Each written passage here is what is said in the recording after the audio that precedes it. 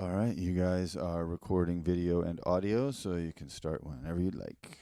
What's up, y'all? My name is Ian Edwards, and welcome to the Soccer Comic Rant. If you look around at the surroundings, if you're watching this, we're at the Comedy Store. We're at the Comedy Store instead of at All Things Comedy because this is Sunday, right after the games, and I'm leaving town for 2.5 weeks. I'm going to Hawaii and Australia. So I don't know how I'm going to record next week, but we'll figure it out. But just wanted to make sure I got one in early this week. I usually record on Mondays, but today's Sunday. So thank you, Comedy Store. Thank you, Brett Erickson. My pleasure. He's been on the podcast with me before, and he'll be chiming in. He's a producer for this episode.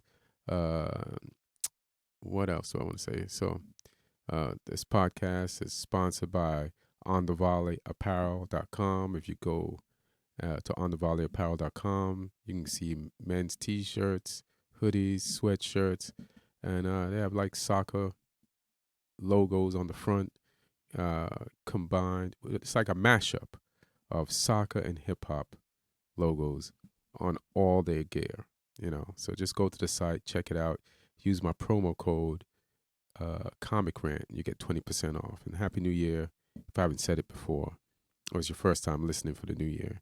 And so we got Martin Harris from 442 Magazine, comic actor. What's up, Martin? Hey. Spurs fan. Spurs fan, yes. And hey, man, thanks for coming in after the tragedy.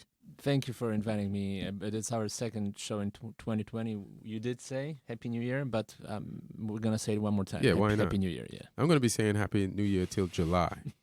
If people don't like it, it's all good. Yeah, in China, I think the New Year starts on a different date, right? Yeah, and then for Jewish people, like there's a New Year's for Jewish people, and it's different. Yeah, I'm about to go on a date with a Jewish girl tomorrow, so I'll ask her, Yeah.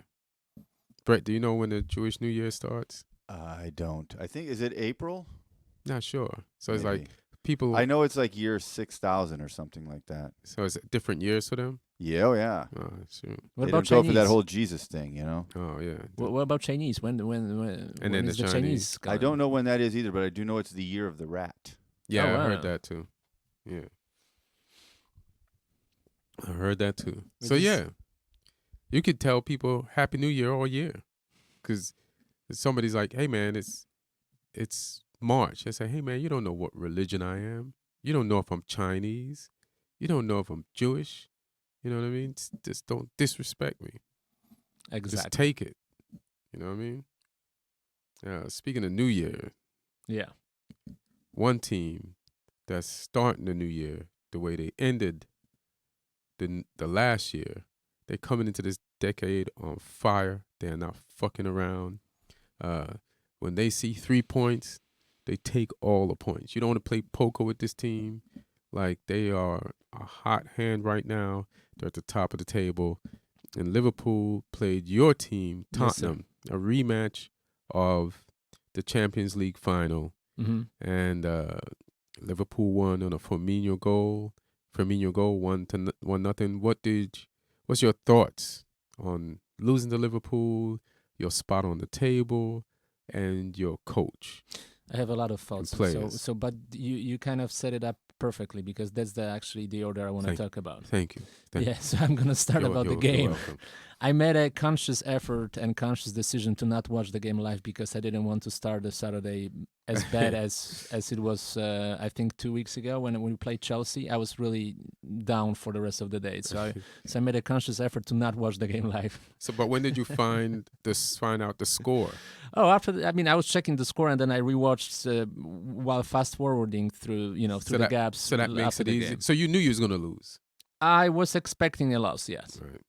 And first half especially kind of was what I was feared it will be, because they were much, much better in the first half. Second half was a little bit more optimistic, because I think we had a couple of good chances. Son had 2 chances, and then Lo Celso, I don't know how he didn't score. Yeah, that's that one. People say this is a cliche thing to say. Mm-hmm. Like that one was harder to miss. Yep. Than to put in the. Yes. Yeah. And especially like a new player, you want to make your mark on this team. and like finally feel like you belong, even though I think he's a good player.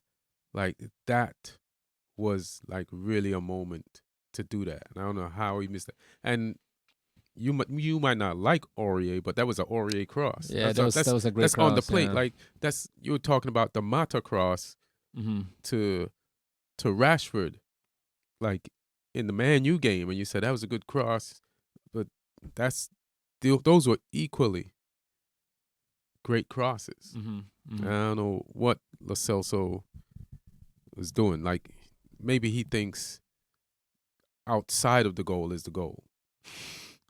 Yeah, he made it difficult for no reason, like just a little bit more patience, and he wasn't really attacked by anyone. It's just a little bit more patience and more precision, and we would get a draw, which wasn't that far. Oh, thanks, brother. Thanks, man. Far from justice. I mean, the draw would be like a good result for the way the game went. Although in the first half, Liverpool were much better, and they're overall much better team right now. I mean, it's not even close. They're a much better team, and not just better than Spurs, better than anybody, but definitely better than Spurs. And I've heard a lot of different opinions. Before I go to my own opinions, I would say one thing that stuck in my head a little bit was what I think Jamie Carragher said after the game. He said that during Pochettino era, at the top of the Pochettino era, Spurs were probably 2 players away from winning the league. Right, probably. And now there are 5-6 players away from being at the level where they were with Pochettino. Because they completely changed the way they play. 5-6 players away from being at the level with Pochettino. Okay. At the level where they were when they were 2 players away from winning the title. Good one, Jamie. Good one. That's pretty good one. Yeah, I agree. I mean, it's a complete change of philosophy. So that's another question I wanted to ask you. Is it you got a new coach? Is it what's the prize? The coach, the players, like what? Because even though look at Watford, right? They were at the bottom of the table. Yes.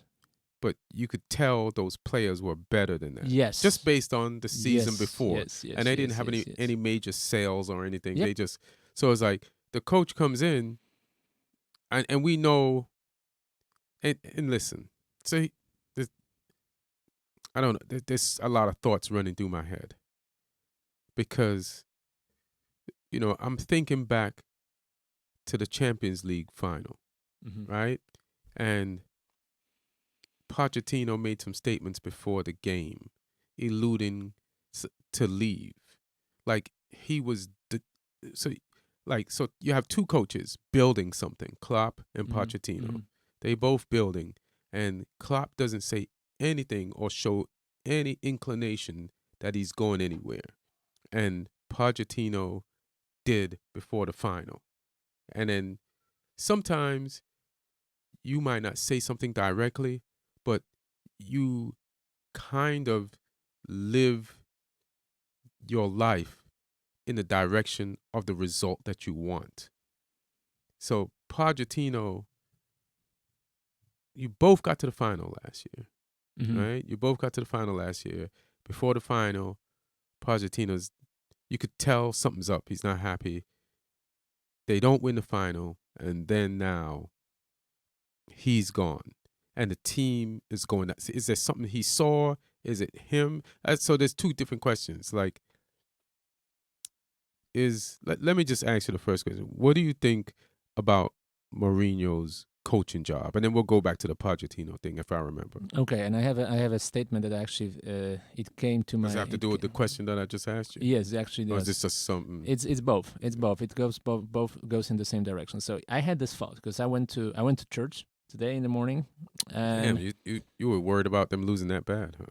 No, that was today. That was today. That was after. Oh, you went to church. No, so here's the thing, and it's gonna be probably deep, very deep, probably a little bit too deep what I'm gonna say, but it's in kind of it won't be. It's just painting a picture. Okay, so I grew up in a very Catholic family. Okay, so as a kid, as a child, that was my upbringing, and then I didn't go to church, and I started going back after I turned 40. Okay, so here's the concept of faith. I was thinking about it. As an intellectual thinking person, you obviously have your doubts with like with the thing of faith, you have your doubts in what you have to believe in as for example, as a Catholic, right? Because if you start questioning things, yeah, of course, you start questioning things. But why is it called faith? Is it called faith because it's not knowledge, it's not science, it's something you want to believe in, And there's a concept. There are two different ways to go about it. Like if you are a believing person, but basically what you believe in is by being a decent person and doing this and that, you'll be rewarded after your death with an afterlife, right? Yeah, because of your belief. And the option number 2 is you don't believe, and you only believe that once you die, that's it, it's over, So pretty much the way I look at it, or reincarnation. Yeah, but most of the people believe that's it, it's over. I know there's billions of people in the world that believe in reincarnation. Okay, but that's also faith, But I'm talking about between faith and having absolutely no faith, like that's it, that's over. I would say the more optimistic approach is to believe, and that there is something after, So it's a more optimistic, it's a better way of looking at life because you have that hope, you have that belief, right? Instead of when people who think that it's over after you die. It's not as optimistic, I think. So the way I look at Tottenham now, I have a lot of doubts, a lot of voices in my head saying that, Mourinho is past his prime as a manager. Not even that he's not trying, that his philosophy of football is not for that era of football. It's more what the football was 20 years ago.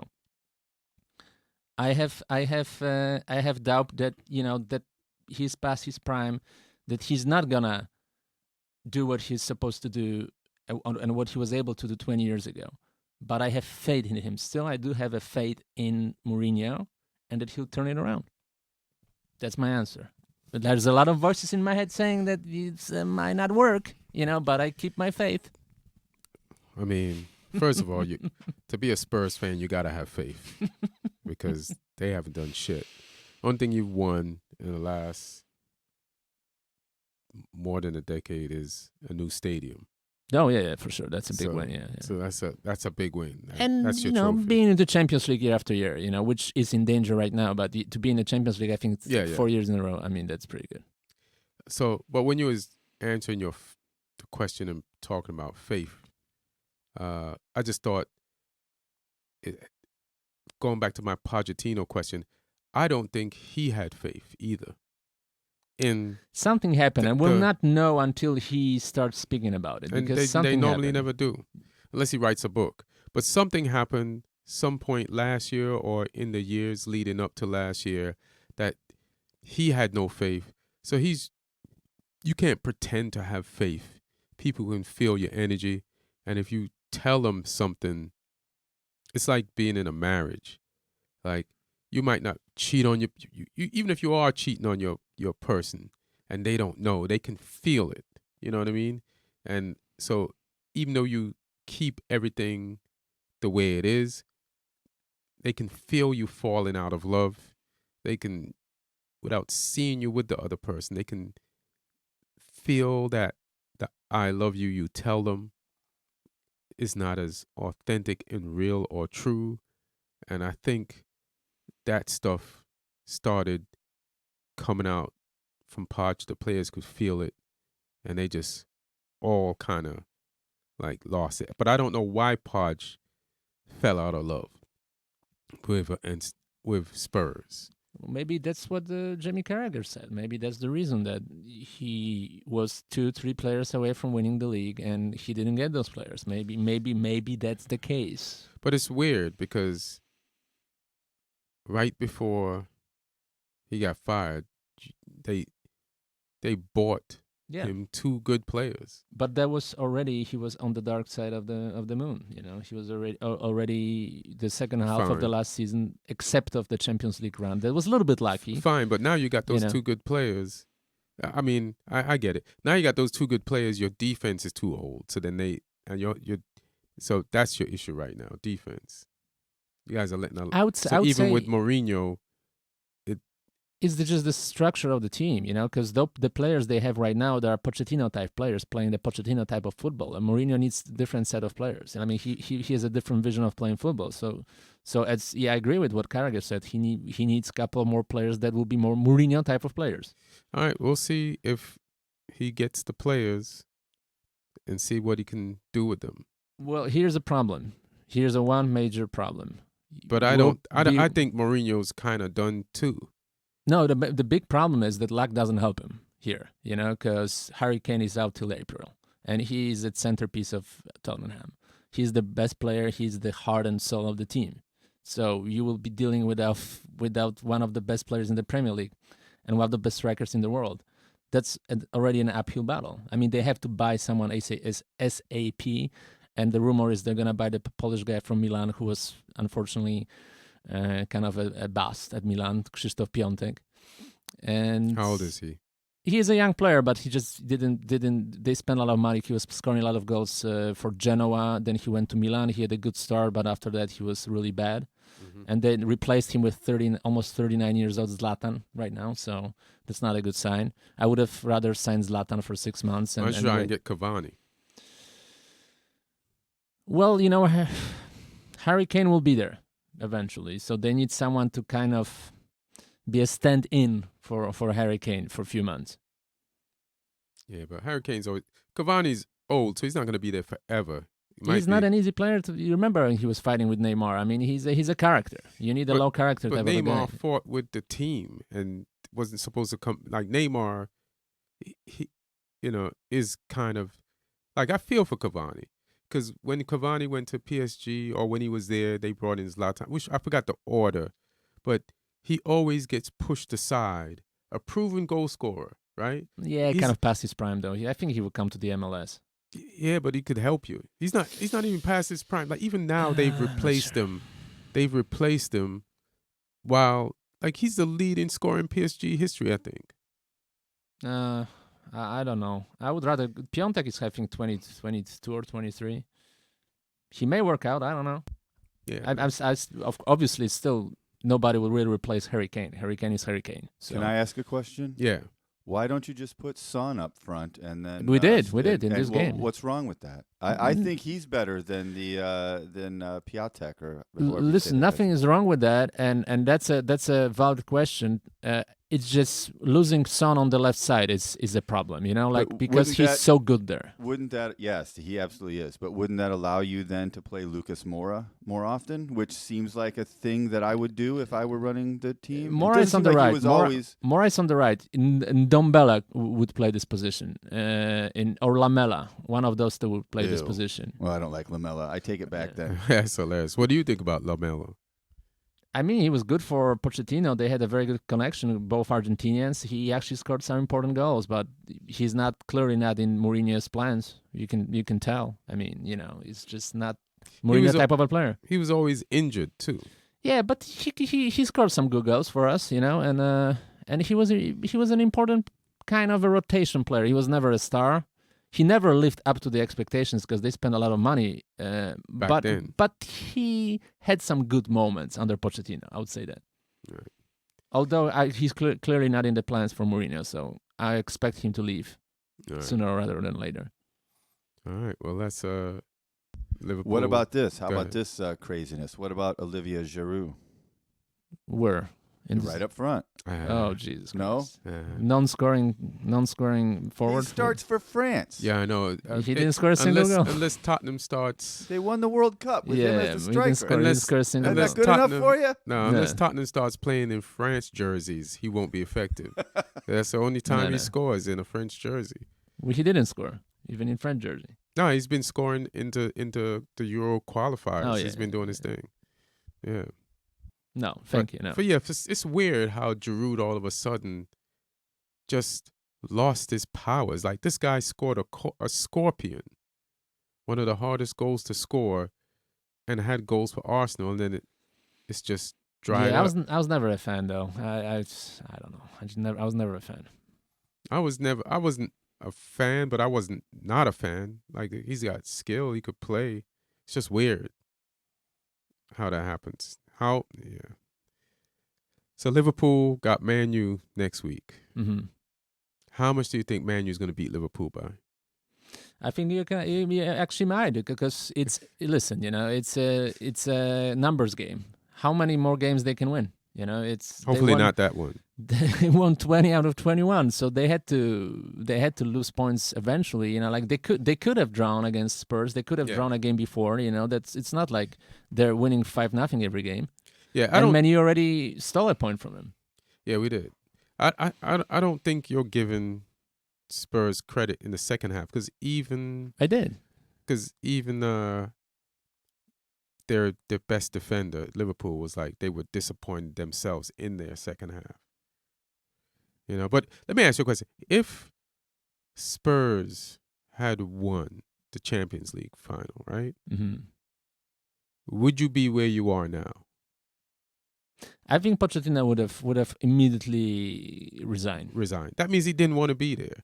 And I don't know. So is this team underperforming?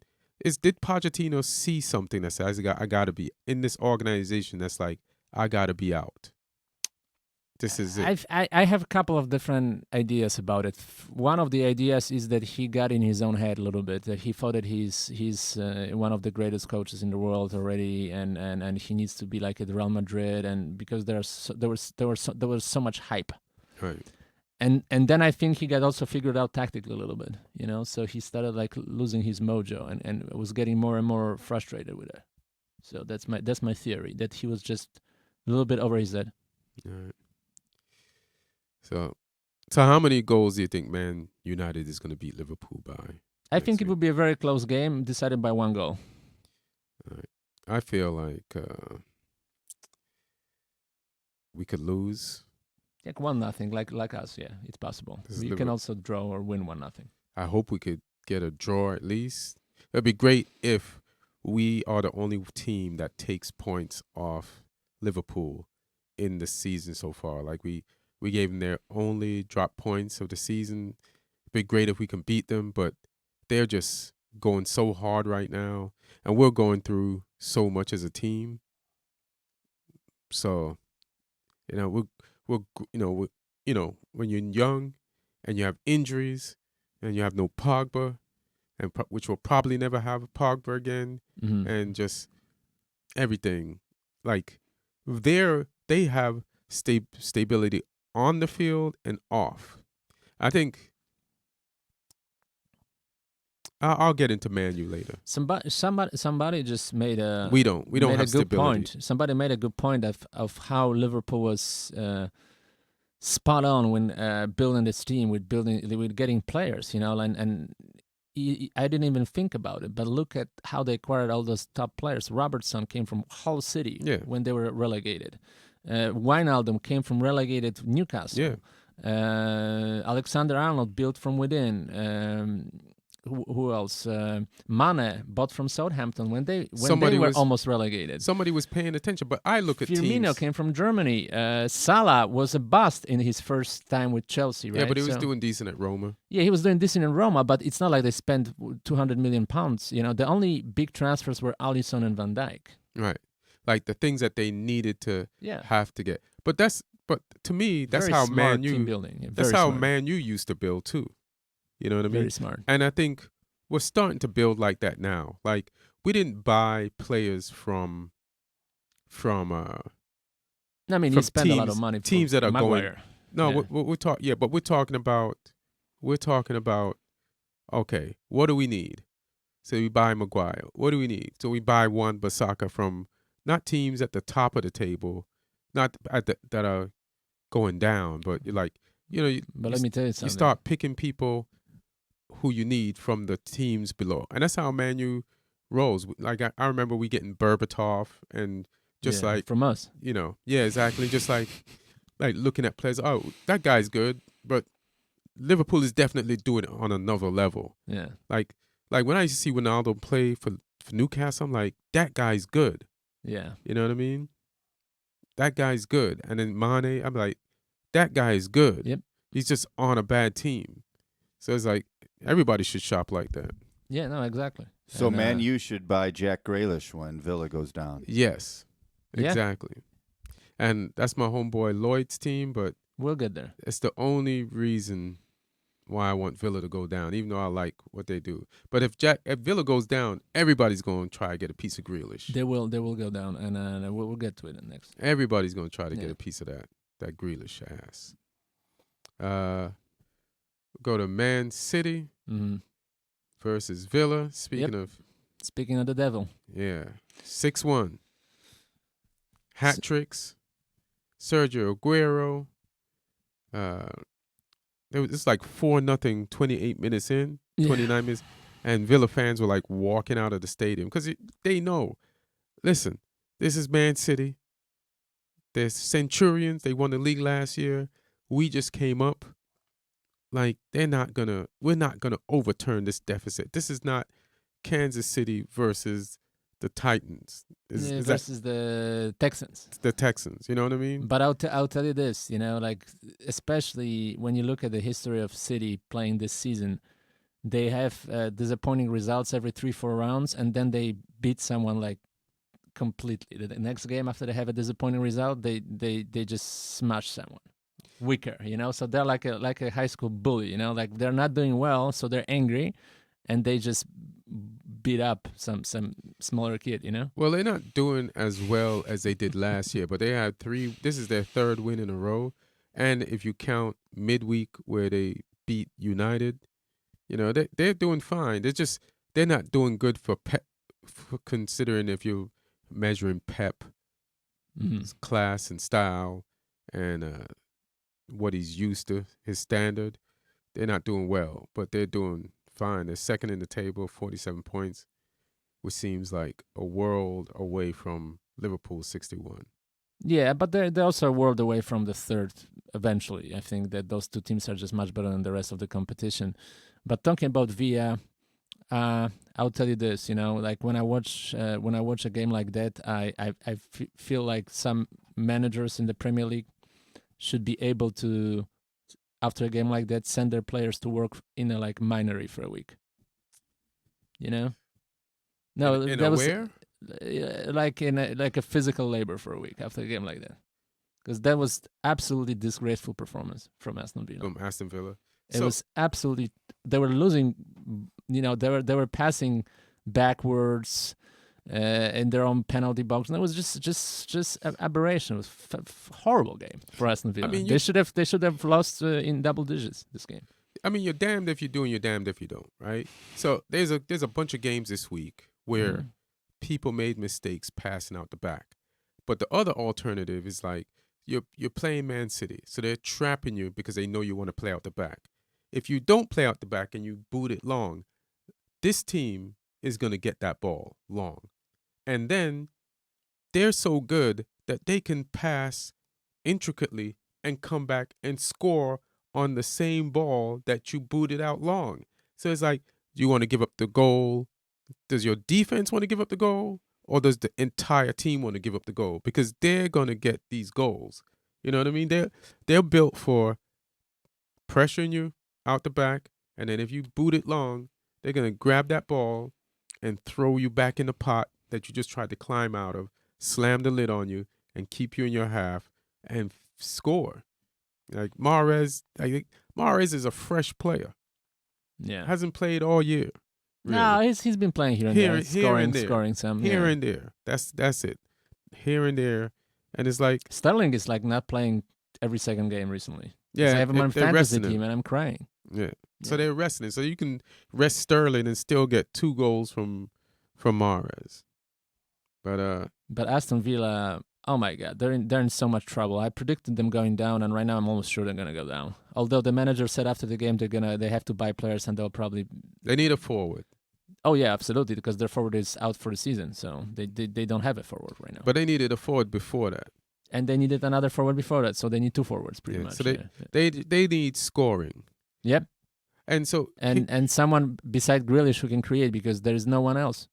Well, he's not Danny Drinkwater. He created a lot, but I think the other way around. Yeah, exactly. Hilarious. Yeah, he had a lot of assists to Man City today, Danny Drinkwater. Yeah. But yeah, they need finishing. So here's the crazy thing. Dean Smith is the coach of Villa. Great name for a coach, yeah. So, well, there's a few things. Because Dean Smith was a Michael Jordan's coach in North Carolina. Oh, yeah.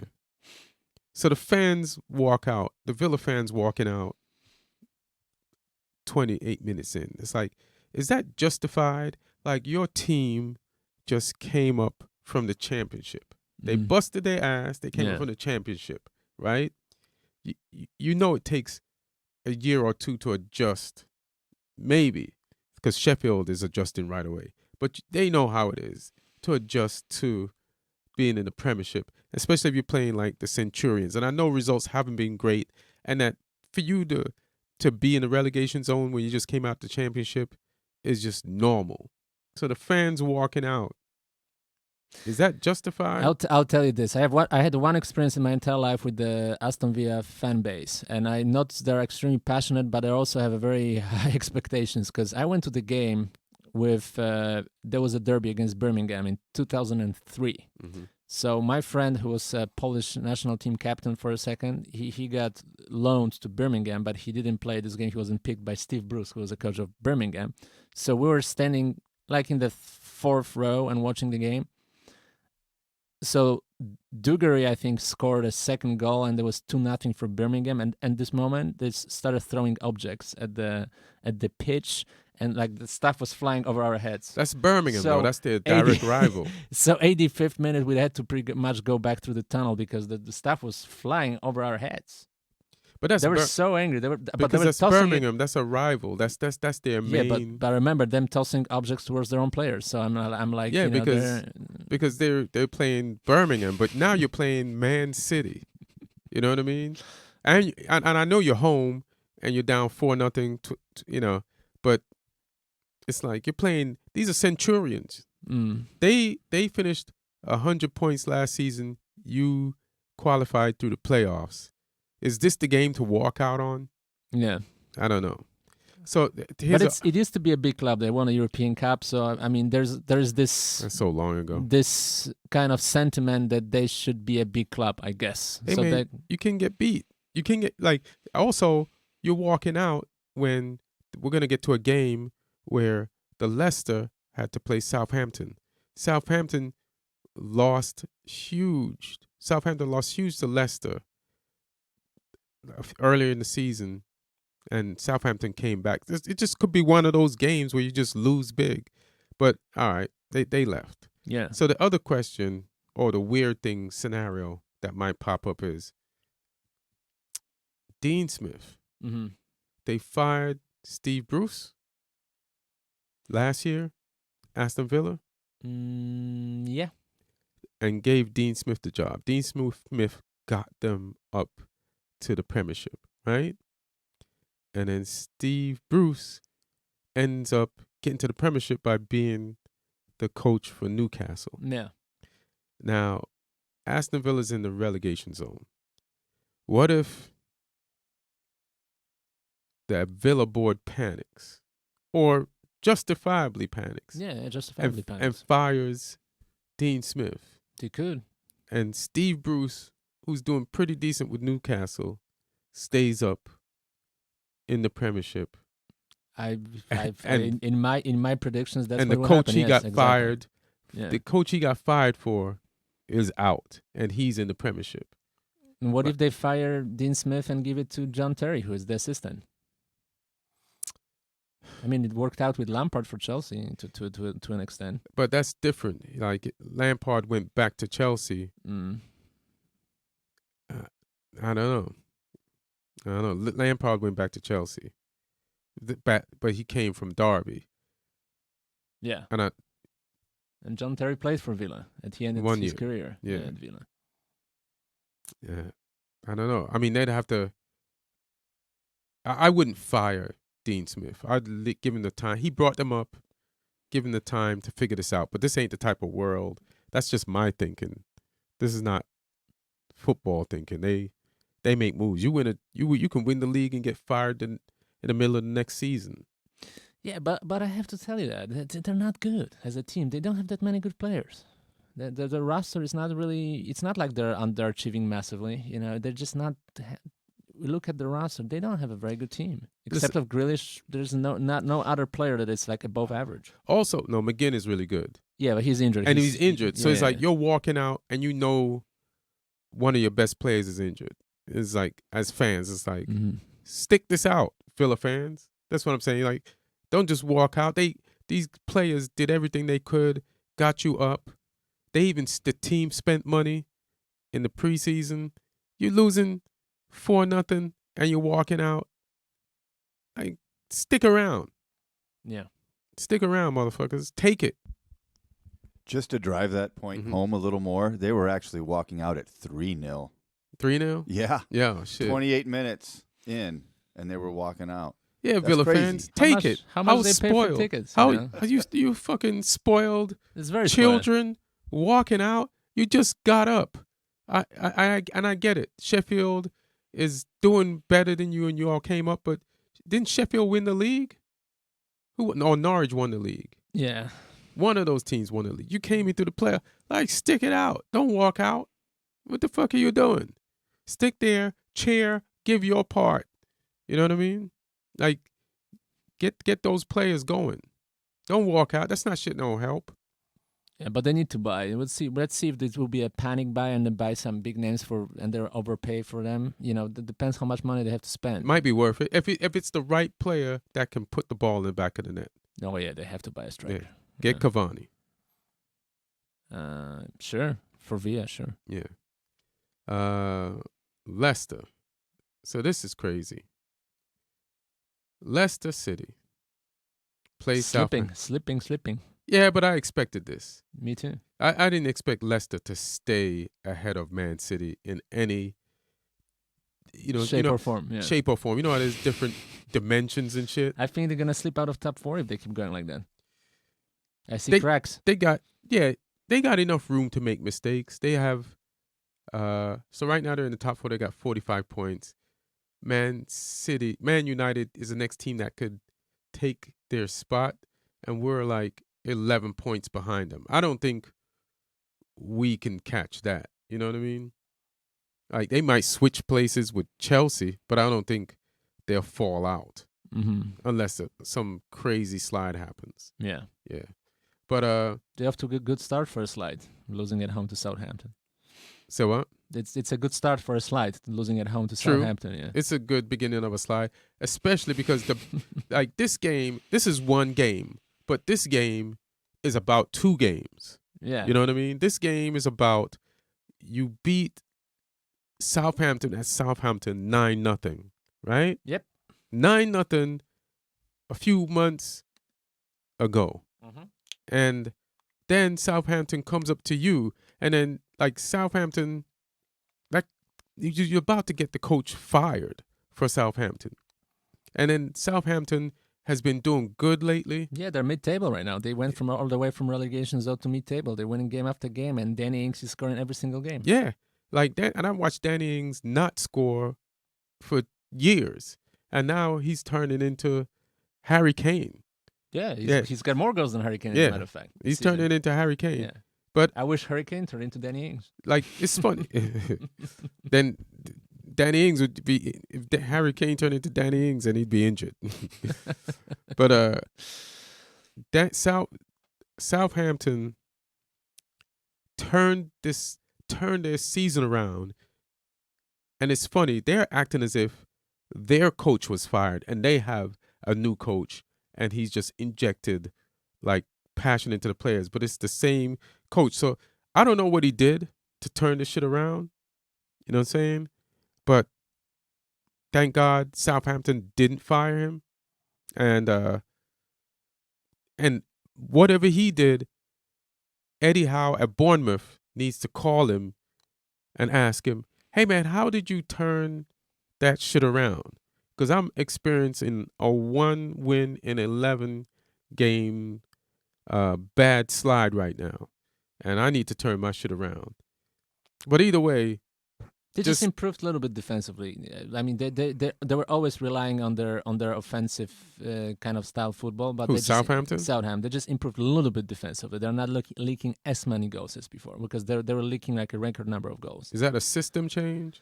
No, they just Injuries? improve slightly. They just play better from the back, and they're still very potent offensively. Like in that particular game, they hit the crossbar twice before they scored the second goal. They got 4 wins in their last 5. Yeah.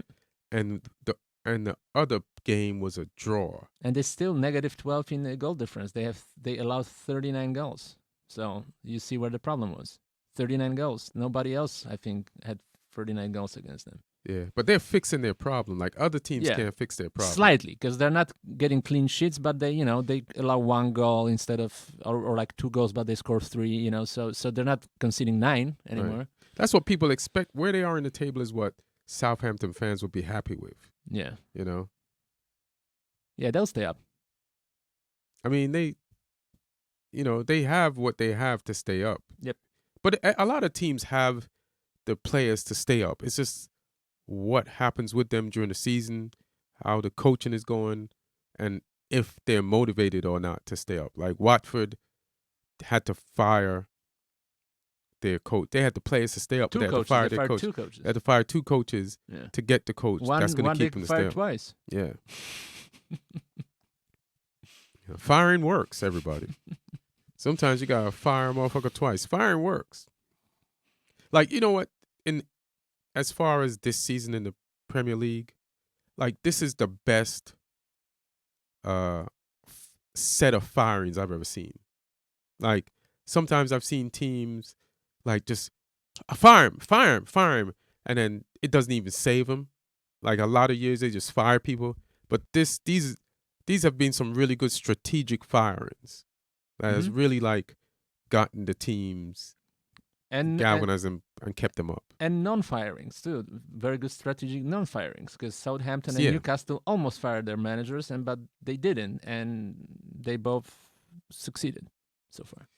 There was a point when they were going to fire Bruce. Yeah, of course. Yeah, that's just the fans, though. I think that was just Newcastle fans. They just didn't want him from the beginning. Yeah. And I think Leicester's mistake against Southampton today was it's gotta rain when you play Southampton.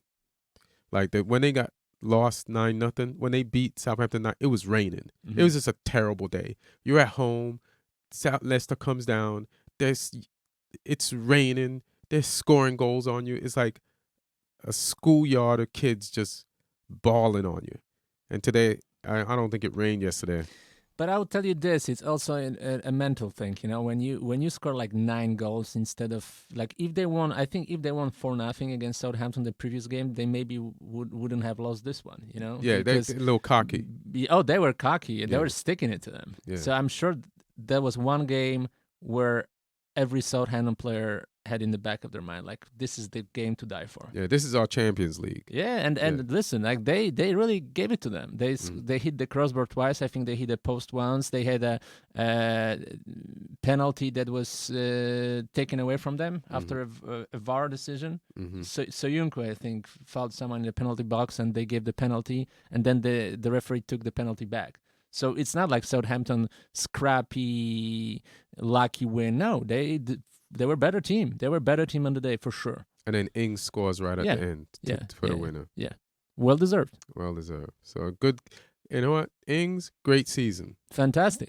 Fantastic. Best season of his career. You're proving that you're a Premiership player. Yeah, took a while. Came from Liverpool, so yeah. He couldn't break into Liverpool squad at Understandable. Because he barely stayed in this squad for the until now. Yeah. Now he's like proving it. Yeah. Some players you give them a chance and they'll work out. Ings was given a chance and he works out. Chelsea versus Burnley. Chelsea's back to their winning ways. They beat Burnley 3-0, and you'd expect them to beat Burnley, but Chelsea is kind of unpredictable. You don't know when they're gonna have a bad game. So even though this is just Chelsea versus Burnley, you expect Chelsea to beat Burnley. It's just good when you're a team with young players and it's on paper you're supposed to be better, but you've lost some games where on paper you're supposed to be better. It's actually like an extra 3 points. It's like it feels better than 3 points to beat Burnley. That's what Chelsea's at now, where they're so unpredictable that even when they win a game, they're supposed to win. It feels like yes. You know what I mean? Yeah, and I think they will go for it. I think they're gonna buy and definitely try to make Champions League next year, because they weren't sure what they want to do this season, but right now clearly they have a very, very, very strong chance of finishing top 4, and I think they'll go for it.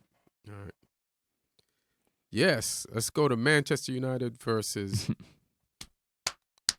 Norwich, baby. All right. I would have said something, but we drew 2-2 against Norwich, so I'm not in a position to say something. I mean, listen, we only won 4-0. You know what I mean? We only won 4-0. Against the worst team in the league, but still it's a win. Yeah, but we're like Chelsea, where we lose to lower table teams. So this feels like what an amazing win, you know? And also it shows growth, because I guess Norwich's mistake is they always attack. So if you attack us, we can beat you. You know what I mean? So Norwich is not back down. They be trying to like bring the fire. But yeah, it feels great. I didn't even get to see this game because that's not they showed the Chelsea game when this game was on. Yeah. But you saw the highlights. I saw the highlights and I saw the goals. And I'm gonna go back and watch it. But yeah, because I watch all Man U games, even if the score, I know the score. Like I went back and watched the Astana games, the 0-0 games, all the the games with no shots on goal in the League Cup or whatever. I go online and find it and watch it. Yeah, I mean, it clearly shows you guys the way to go in the future, because whenever you play young kids, the young kids deliver, and it's hard. It's not easy to. It's not hard to say who is the problem, and what are the problems to spot those problems. Obviously, Pogba was a major problem, major headache, and even if he's a great player, he's clearly a cancer in the locker room. So then when you don't have Pogba, you are better as a team. It makes no sense from a football perspective, but sometimes it's the way it is. Somebody can have a bad influence, especially on young players, and you just have to get rid of him. I'm not gonna blame Pogba for all that. Like, I don't think he's a cancer, but I do think he should be gone. We should sell him and use the money to buy players. He doesn't want to be there. Yep. And he probably in his head has a legit reason to not want to be there, and I kind of understand why he doesn't want to be there. You know what I mean? Yeah. I understand why he doesn't want to be there, because the fans haven't been great. They never even gave him credit for the things that he did do that were good, and they don't like look at like the rebuilding process and see what he has around him to say, all right, like they act like you don't need other good players around you for you to play good. They act like and so I'm not gonna do that. But Pogba should be gone. Like, it feels like, just if you just take all the news that you hear, he has no references to being at Man United on his Instagram. The stuff that his agent says, the stuff that he said in the past, the injury shit, and the fact that his agent, that what Solskjaer said about, his team said should recommended that he gets another operation. That just sounds like. And then, listen, man, I got to give Solskjaer credit. Like, a lot of people, Man U fans be like jumping on and off board with Solskjaer, because a lot of soccer team fans are spoiled. They're used to this excellence, and listen, man, it's great to understand why your team is good, because you understand, because you've seen them be bad and you watch somebody build them back into being good. And that's what Solskjaer is doing right now. He's dealing with his best player is basically gone for the season, but they're fifth in the table. A majority of the team is young. Brandon Williams is coming through. Yeah, and Ashley Young is leaving to Inter Milan. He rejected the offer Thank of you, extending. Thank you, extending Ashley the Young, for refusing to re-sign with Man U. I really appreciate that, bro. Like, that's that's the Man U thing for you to do. Go to Inter, and I used to think Conte was a good coach, and I'm like, you want Ashley Young? I mean, But it might work. Fine. Smalling is working, and he didn't work. But I always liked Smalling. I never Smalling. Like somebody was saying the other day, Trippier is working. Kind of. Trippier, yeah. What kind of? He's working. Yeah. Like they just Trippier and Atletico Madrid just knocked Barcelona out of the Supercopa. And they lost today to Real Madrid. So Real Madrid won the Supercopa. Right. Yeah. But yeah, I gotta go watch that game. But yeah. So Zidane, who everybody wants to fire, just won something. Yeah, all right, good luck. Surprising. Yeah. Keep and isn't Real Madrid at the top of the table? Like football is just what the fuck are people want? Yeah. What do people want? Like the season hasn't half unfolded yet. Already say now it is, but even before that, yeah, man, there's Madrid are looking for a new coach. You just got this one. He won your 3 Champions Leagues. Yeah. Like they're at the top of the table or second. What are you gonna do? Just chill. Yeah, but one thing about Menu though, like you have to admit, I like the work right now. I see that you see it now. Sarsky, yeah, I do. Because I remember, but I'm conflicted because there's two like there are two sides of the mirror here. Mm-hmm. So the one good side for Menu is that the work with youngsters pays off, and it really does. Like those young kids are growing. Even Williams, Greenwood, Rashford is on another level this year. Martial is coming by, finally as a striker. So all those young kids pay off. But I still stick to my point that you guys were buying bad in the last years, including Maguire. You look better without him. Did he play? No, he's injured. He's injured? Yeah. Who played in defense? Because I didn't see it for us. Let's check, because I don't want to say wrong. Let me check. Mm. But I think he played, man. Let me see. He played? I think because somebody was saying Beckenbauer, Maguire, which sometimes. Oh yeah, he played. He played. Some. I was watching a fan channel. I've seen a couple of games where I felt like you were better without him. He might have played too much because they play him in the League Cup. They play him. I think they play Maguire in games where he doesn't need to play. Mm-hmm. Like they play him in the League Cup, FA Cup. Like if we're playing like Astana or somebody, they need to rest him. Still probably. Not a fan. I'm not a fan of how much they paid for him. Yeah. That's what I'm not a fan of. I don't think he's worth that much. But Williams paid off. He missed a great chance, but he won a penalty and he attacked. He was very, very engaged, aggressive. And when you have two aggressive fullbacks, especially against team like Norwich that gives you a lot of space, you just have to attack. Yeah. Does that mean Luke Shaw's done? No, I just feel like, listen, last year I was like, I knew we needed a wing back. I knew we needed Wan-Bissaka. But I also knew we needed a backup for Luke Shaw. You know what I mean? Because Luke Shaw gets injured a lot. So I wouldn't get rid of Luke Shaw. Like, I don't want to need Ashley Young. You know what I mean? Maybe Mourinho will buy him to tell him. I'm just kidding. I would keep. Why not have both? We're Manchester United. We're gonna, if not this season, get in the Champions League. Next season, for sure, we're getting in the Champions League. Why would you just have one good back? And especially when one is so young, like Brendan Williams is like 19 or some shit like that, and he's just coming along. There's no way he can play like an entire season of League Cup, FA Cup, Europa League. You need him. Is he your starter then, though? Right now, they're going to bring him along slowly. You talking about Shaw or Williams? You bring him along slowly, and he plays some games. He played against Sheffield United and scored a goal, right? Yeah, you bring him along this game slowly and let him grow into it. But you still need depth. You could maybe just do it as. I know you don't want to do this, switch every week, but just have those guys understand that this is a competition. Yeah. Best player is going to be my starter. Yeah. And just let them battle it out in practice, and every week, and they'll both get better, maybe. Yeah. I think that's what Man U needs too, is I hear we're trying to get Bruno Fernandes. I hope we do get him. Like, it's terrible to be like led down the road of like,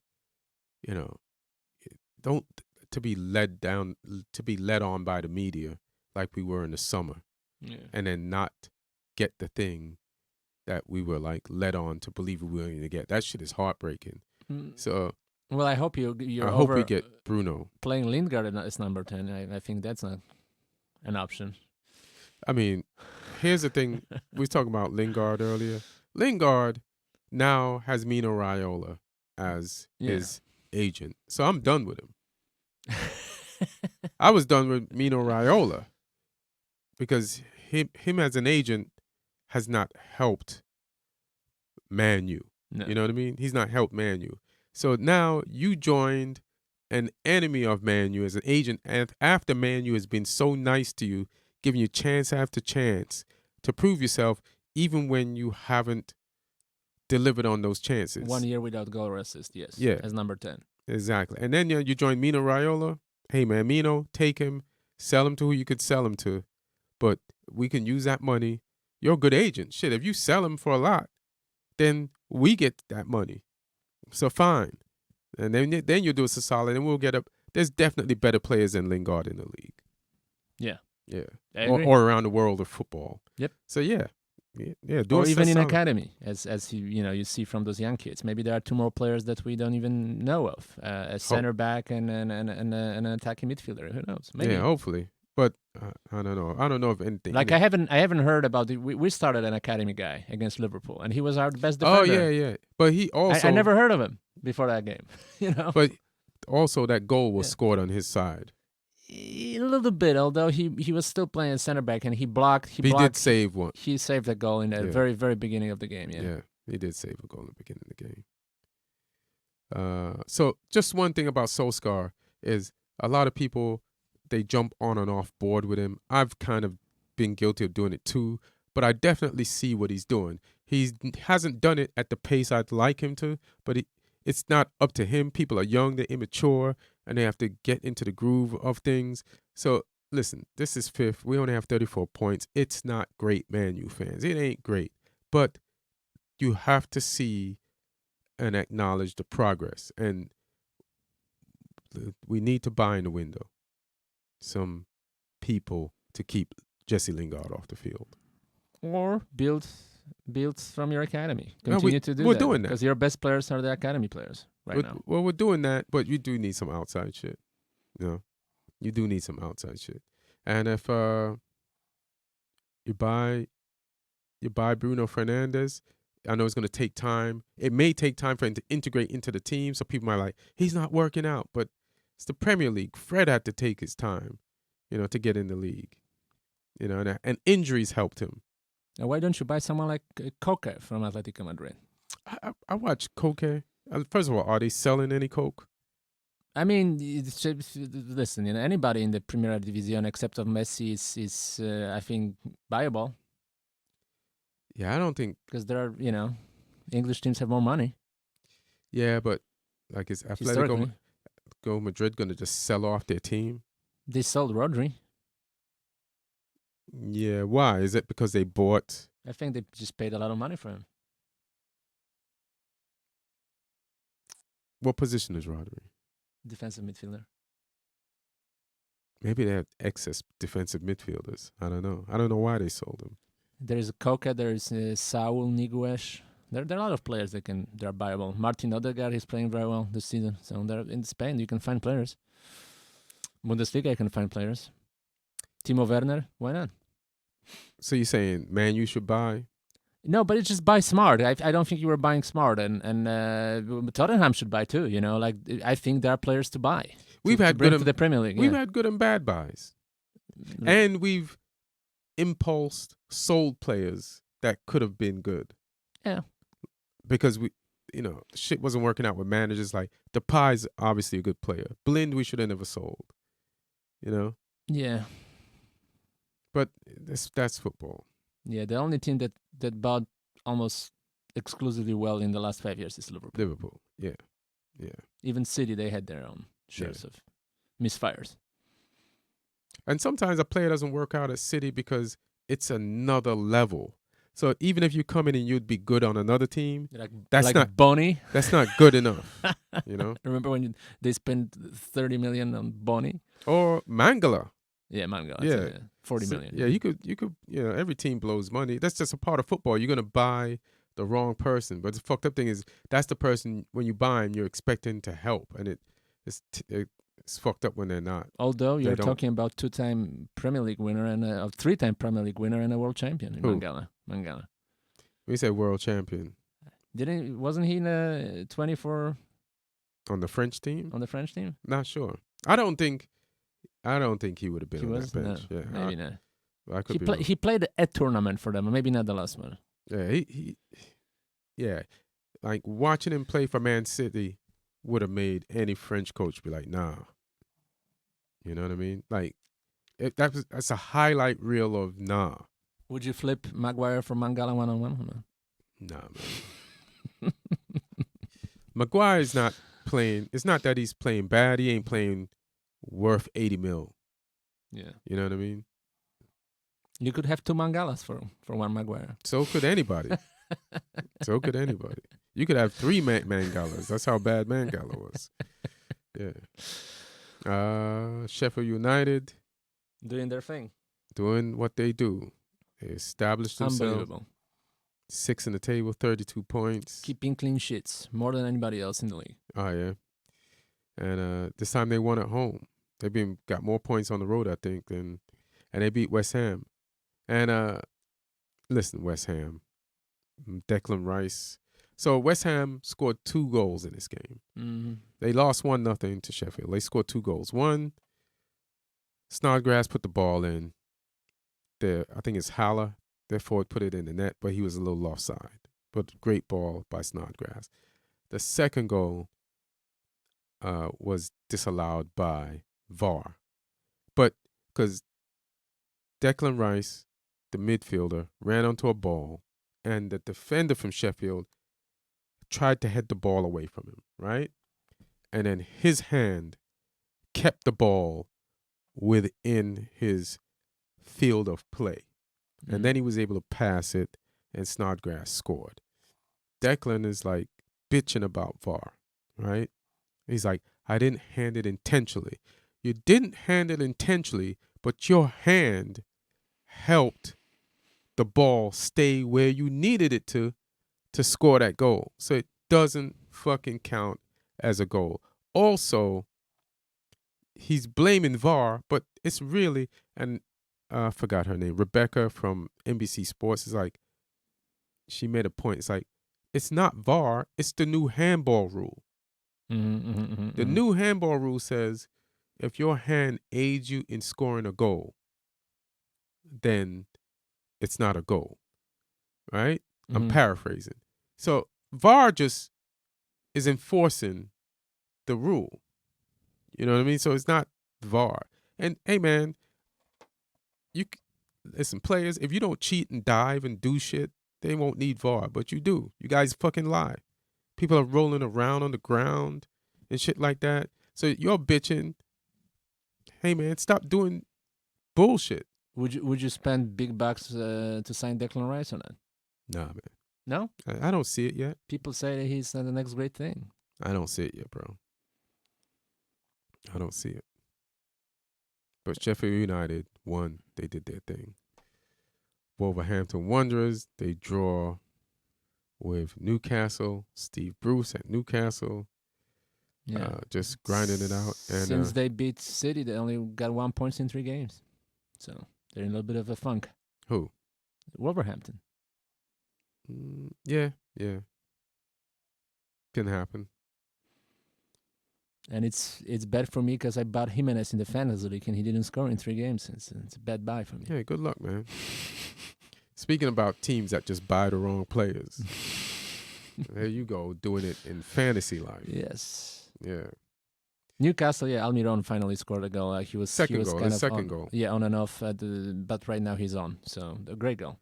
Yeah, and I'm glad how Newcastle stuck with him. Yeah. Like it never felt like they threatened his position or his time on the field because he didn't give them goals. Like they let him play himself into it. Same thing I feel like with Danny Ings at Southampton.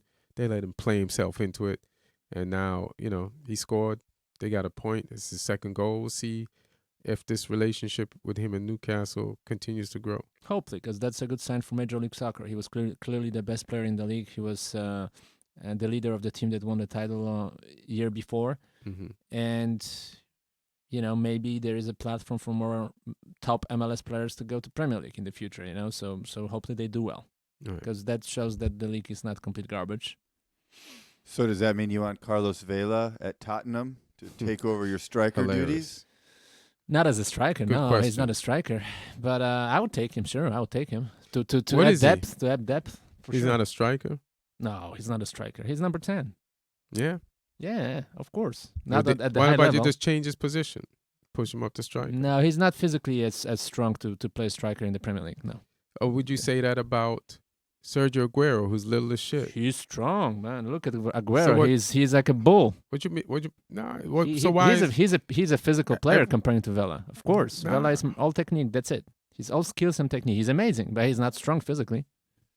I don't think he's not strong. I don't think that's what it is. It's all flat.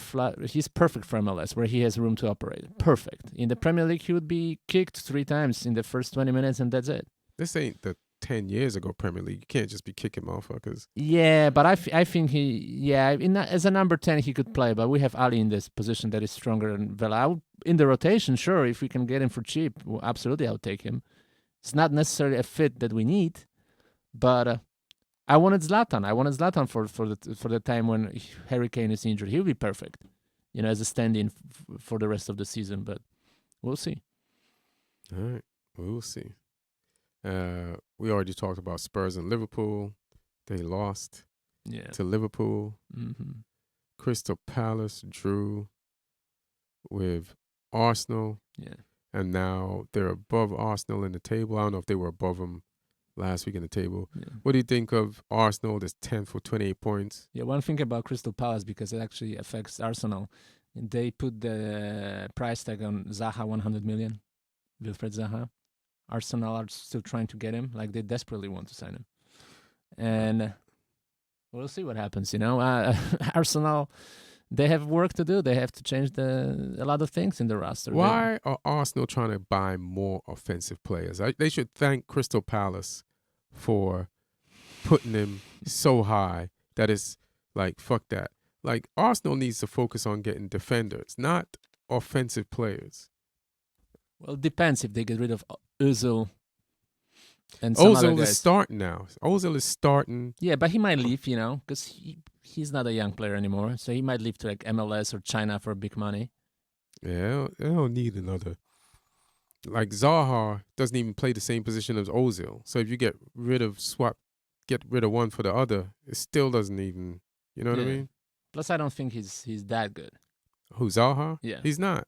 He's overrated. Mm-hmm. Yeah, he's inconsistent. Very. There are some games that he's absolutely brilliant, and there are some games that you don't even see him on the field. Yeah, isn't he the kind of player that would be great on like a City or a Liverpool, where all the other players are great around him, and he just has to turn on his athleticism. He doesn't have to think about the rest of the game. He doesn't have to be the main guy. Because if you could do that, if you could get him at Tottenham to play Son's spot and then put Son up front, you might have something. Yeah, they're trying to get him for 2 years now. I'm not a big fan of that move, but if that happens, it works out the way you said it. I mean, I'm all for it, But yeah, Liverpool maybe in Wijnaldum role, but not for that kind of money. He's not worth $100 million. No, definitely not. Definitely not. No way. He's $20 million better than Harry Maguire. Not even that. It's hard to compare. That's so different players. It's so different positions. I feel like he is the Harry Maguire of offense. Like, he's inconsistent, and they both wouldn't be worth that money. You know what I mean? Harry Maguire is not good right now because he's not living up to 80 mil. Zaha is not even living up to the 50 mil he was worth last summer. You know what I mean? He's just inconsistent. And when you're inconsistent for this long, this many seasons, that's who you are. And I don't need... Yeah, you had him at United. Yeah, we don't need inconsistent. Like, any team shouldn't need inconsistent. Like, Crystal Palace is inconsistent, so he's fine there. Yeah. So their results are where they are in the table. that's the whole team is Zaha. Zaha and Ayev. There are two players who are super inconsistent, and they are pretty much that's why Crystal Palace is inconsistent. Yeah, because the two best players are inconsistent. Yeah. So that's, some players you just leave them where they are. They're fine where they are. Yeah. Any team that buys Zaha for $100 million, I'll just laugh at them. Yeah, and Aubameyang got a red card, so he might be out for 5 games. Then that will solve a selection problem now. So they will have to play Lacazette as their center striker finally. And that was a red card. I saw it, and that was a red card, straight up red. But the only reason I would if he was hustling like that because of the system for Arteta, that's the only reason why that red is good. But a red is bad. But what do you think the fans of Arsenal, how they feel about drawing with Crystal Palace? Because now they had 3 coaches, and all 3 coaches are kind of getting like similar results. Even though I believe in Arteta. Yeah, they're playing better with him. They're playing better with him. So the problem is definitely get better defense. And just get a better team play, like they just don't look as a team on the field yet. Yeah. The pieces don't fit together, I would say. Right. So it's not even that they have bad players, because Socrates was successful at Borussia Dortmund. David Luiz won titles in his career, a lot of titles. So it's just the pieces don't work together. Luiz doesn't work together with Socrates. Maybe Socrates would be good with someone else, maybe not, but it's hard to say. It just doesn't fit. Like all the fits are, sometimes it clicks in one game, like it clicked in the game against United. But that was more of a fluke, It was more of a fluke that it actually clicked in that game. I don't think it's a fluke. It is, because then they played 2 other games that they didn't play that way, so.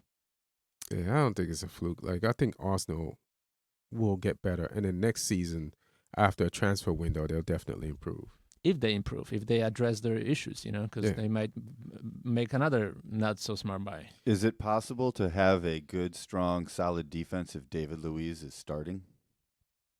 It depends if he stays at the level he's been in the last few games for Arsenal.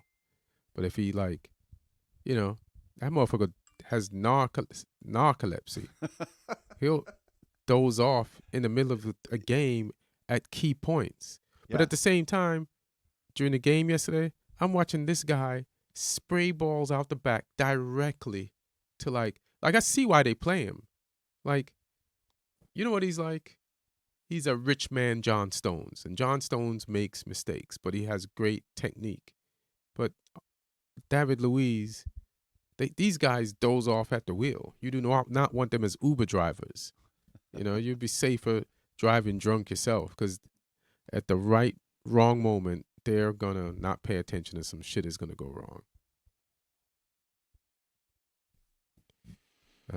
Everton, Ancelotti. Doing his thing. 1-0 over Brighton Hove. Doing 3 out of 4. Yep. So, shit. That's all I can say. Yeah, they're already mid-table team. No relegation. Yeah, when he took over, they were in the relegation zone. No, not in the relegation zone, right above. Right above it, but now they're in 11th. Yeah, 28 points, and they're a part of the group that could catch Man United for 5th and getting a Europa League spot, which is Ancelotti's used to being in Europe. Yep. So it's not impossible.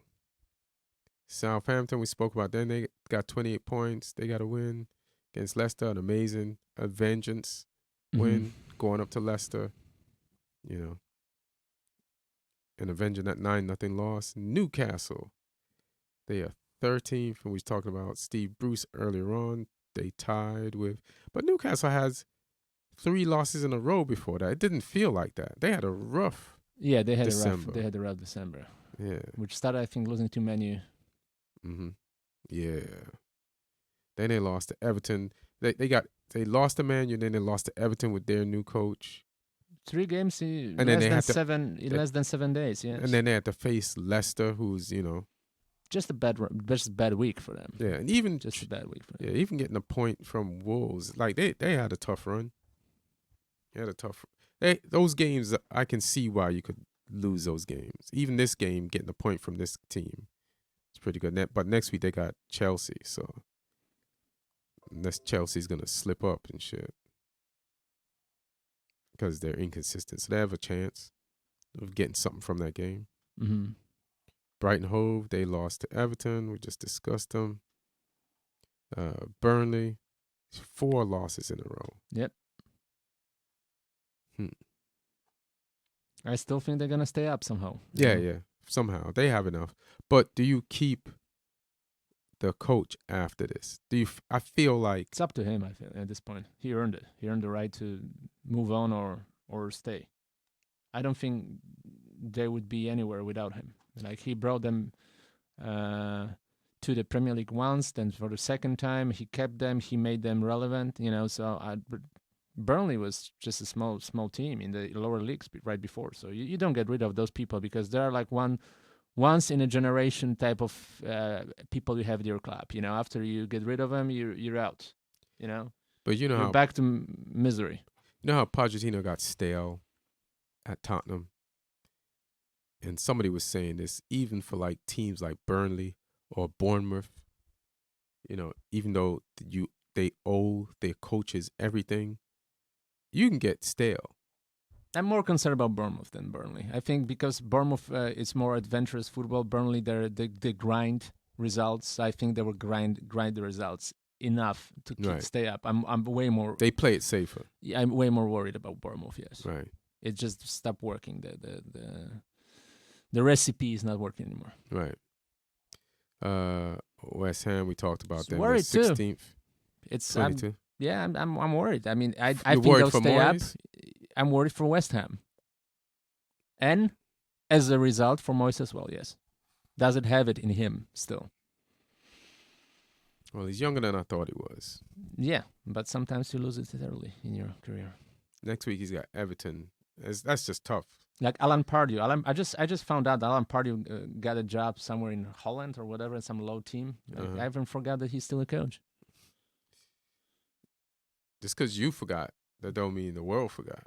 Yeah, but he's on not a good professional run for years, and he used to be a regular coach every year and a well-regarded coach in the Premier League. I know, but it was time for him to get kicked off the carousel. He was in that group of coaches that always get fired and rehired.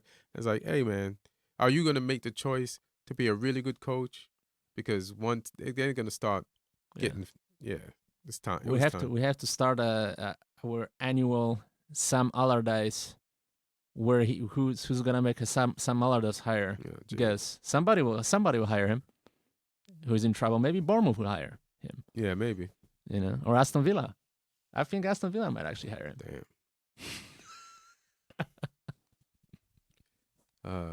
Liverpool or Tony Pulis. West Ham. So you're worried about them a little bit? Yeah, a little bit. But the way it looks right now, that's what I predicted. I stay with it. My prediction. Right. I think they're stale, but it's still so awkward every time Moyes runs into the members of the board that fired him less than half a season ago. Or a season and a half ago. Yeah. And it's like, hey. Yeah. So how's it going? And then, hey, they fired me once. They could fire me again. So is that putting pressure on him? And then, they only hired you. They're using you. They only hired you to save them from going down. Yep. They don't see you as their long-term thing. And it's like what type of mentality takes a job like that? Yeah. These people are going to use me to save them. And then they might keep looking for somebody to replace me. So it's like, man, what a job. You're a temp manager. You know what I mean? Yeah. Watford, they won 3 in a row. Is it Nigel Pearson? 4 out of 5, yeah. Yeah, 4 out of 5. And the 5th one was a draw. Yep. So it's just points. Yeah, they got back Troy Deeney. He scored 2 goals in this game. They beat Bournemouth away 3-0. And But they have talent, Like I think they will definitely stay up. And if I'm Tottenham, even more Man U probably. I'm buying Ducour. Ducour is a big talent. He's a proven Premier League player at this point, and he deserves a better team. He's a really good player. Yeah, he scored today, right? Yep. Well, what's his position? He's a central midfielder. Yeah, I don't believe in him 100%. He's like a better Sissoko, I think. I don't know, man. I've never seen Sissoko looks good on the field and plays good, and his intelligence. I don't think Ducour has Sissoko's intelligence. I like him. I think he will do very well on a good team. Yeah, he'll be very good in Liverpool rotation, for example. Yeah, Liverpool's, man, their midfield's I don't think he's on that caliber. Really? Yeah, I don't think so. Aston Villa, Jesus Christ. Sam Allardyce. They're calling Sam Allardyce as we speak, probably. It's hilarious. It's weird because Dean Smith is in the position Steve Bruce was in last year in the championship, where it's a bunch of talk, but it's like we want to get to the next level. Now that was last season in the championship. Now they're like, we want to stay at this level. So, shit, we might have to let this guy go. Yeah. But I hope they keep it, and I hope they stay up. But I also should root for them to stay down so we could get Grealish. But them going down doesn't mean we're going to be the ones to land Grealish. So, Villa's in trouble. Yeah. They're in 18th. They got 21 points. And I think they have a pretty tough schedule right now. Let's see. If I'm not mistaken. They got Brighton Hove. They can beat them. Away. Brighton Hove at home is very, very strong. They keep clean sheets because I have players in the Fantasy League. Oh, yeah? And at home, they're very tough to beat. They're very vulnerable away. Like, they lose games away, but at home, they're tough. All right. Who else they have? I think they have some tough games coming up. Let me see. Let me go to this thing. So, Villa, Brighton Hove, right? Watford, that's going to be tough. Yeah, very tough.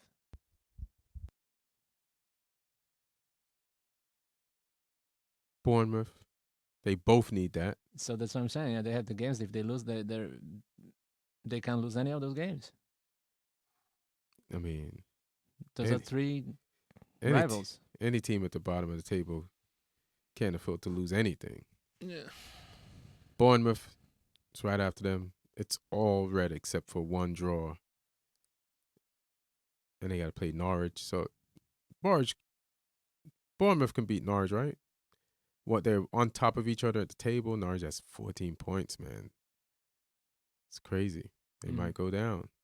They will go down 100%. I don't see any hope for Norwich. And I think they didn't expect to go up, so they're a little bit adventurous about it. But for Bournemouth, it will be tragic.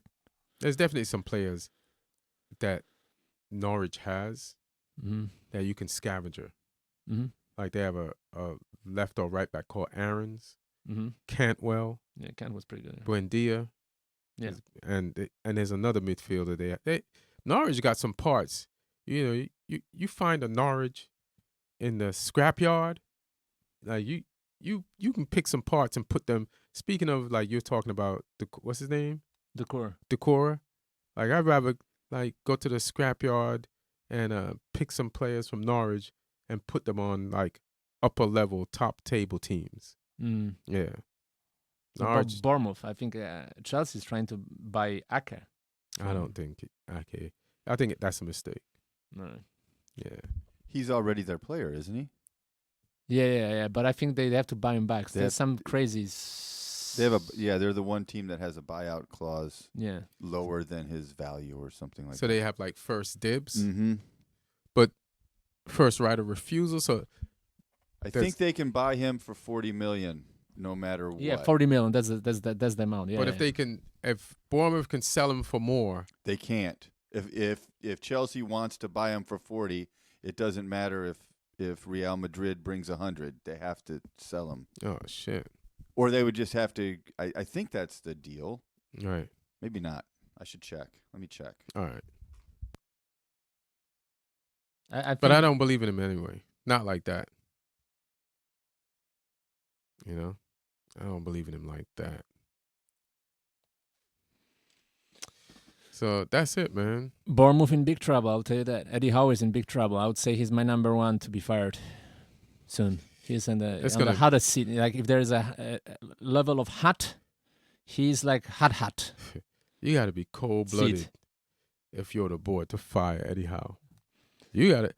But you got to be cold-blooded like Pochettino, to survive at the top. Yeah, it's like with Pochettino, you know. Sorry, but thank you, you know. I'm sorry. You got to be cold-blooded, bro, to be like, make that phone call. Yeah. I'll just send a text. I mean, let me tell you this. If he loses to Norwich next game, that's it. It's over. I think that how he's being fired after that. You think so? Yeah.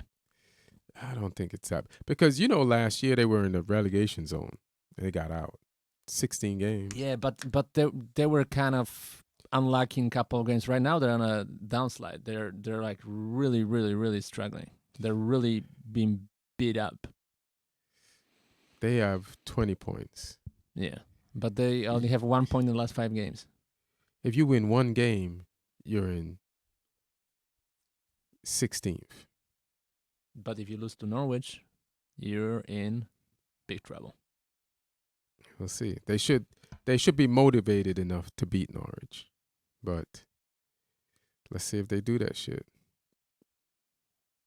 And Norwich should be motivated enough, like fighting, like scratching and clawing. And then they might come out scratching and clawing. Yeah. So we'll see. Did you find that, Brett? Yeah. The Chelsea has a £39 million buyback clause in Ake's contract, meaning the Cherries would have to accept that offer if Chelsea wants it. Does Chelsea need more defenders? I don't feel like they need more defenders. Is he better than Zuma? Zuma makes mistakes, but I don't think he's better than Zuma. Like, Zuma can pass the ball out, and he's made big plays. He just fucks up sometimes. But what it is, I guess, and I certainly don't know the answer to this question, but the question would be, is Ake worth more than $40 million? Because if he is, then it makes sense to buy him for that because you're just getting value. Say that again. If his worth is, say, $60 million, and you can get him for 40, you should buy him whether you need him or not, because you're buying a player under his value. That's smart. I would buy him and then sell him.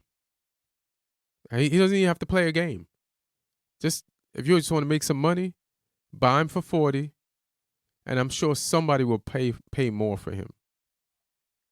But they've let in, how many goals they've let in? Goals against.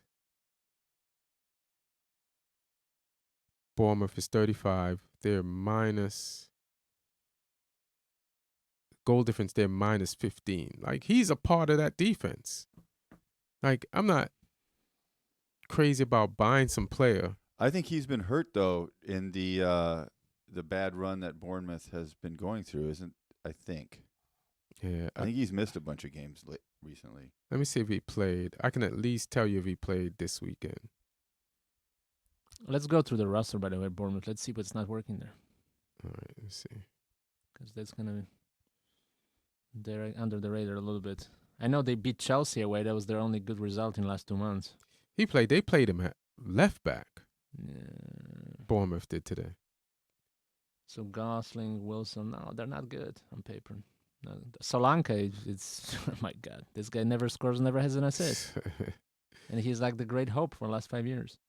And then they got Jordan Ibe. You know, they didn't buy well. So probably. Liverpool pretty much got rid of their wasted prospects and just sent them to Bournemouth because all of those players were at Liverpool. Solanke, Jordan Ibe. Yeah.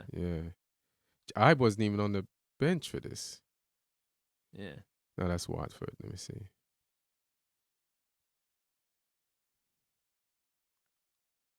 Yeah. We'll see. We'll see how. We'll see if you last. No. That's it. It's game over. Yeah, game over. Speaking of game over, podcast pretty much over. Shit, man. Maybe I'll do like you, and since I'm gonna be away, I just won't watch the results, watch the game or the results of it next week, just to protect myself from losing to Liverpool. Yeah, we lost to them twice. You haven't lost so far, so. Yeah, I don't want to lose to them once, but it's completely possible. Brett, anything you want to plug? No, not really. I'm good. Come see me in the basement at the Comedy Store. Yeah, this is where we at. Yeah. What up, Martin? Anything you want to plug? Sure. So the Black Lightning Season 3 returns in less than 2 weeks. You'll see me in one of the episodes, and they're renewed for Season 4, so hopefully more. I missed the rap party last night in Atlanta because I had to stay here for a callback, but hoping they'll bring me back for Season 4. And I have some stories coming up at the 442 magazine. All right, cool. And so I'll be in Hawaii for like 1 or 2 shows, like Tuesday for sure, and with Daniel Tosh, and I'll be in Australia, and I'm going to be doing shows out there, and be back on the 29th. And then I have the DC Improv the weekend of Valentine's Day. I'll be at the DC Improv. And then I'll go to my website, ianedwardscomedian.com, for other shows and dates. Follow me on Instagram and check out my roommate series with Paul Elia. It's on Instagram. It's also on YouTube. It's under the same as this podcast on YouTube. And it's just type in Ian Edwards on YouTube and you got me. And is that it? Those are my Instagram at Ian Edwards Comic, Twitter at Ian Edwards Comic. Thank you for listening. Happy New Year. Love you. And good luck out there. It's hard. Yes.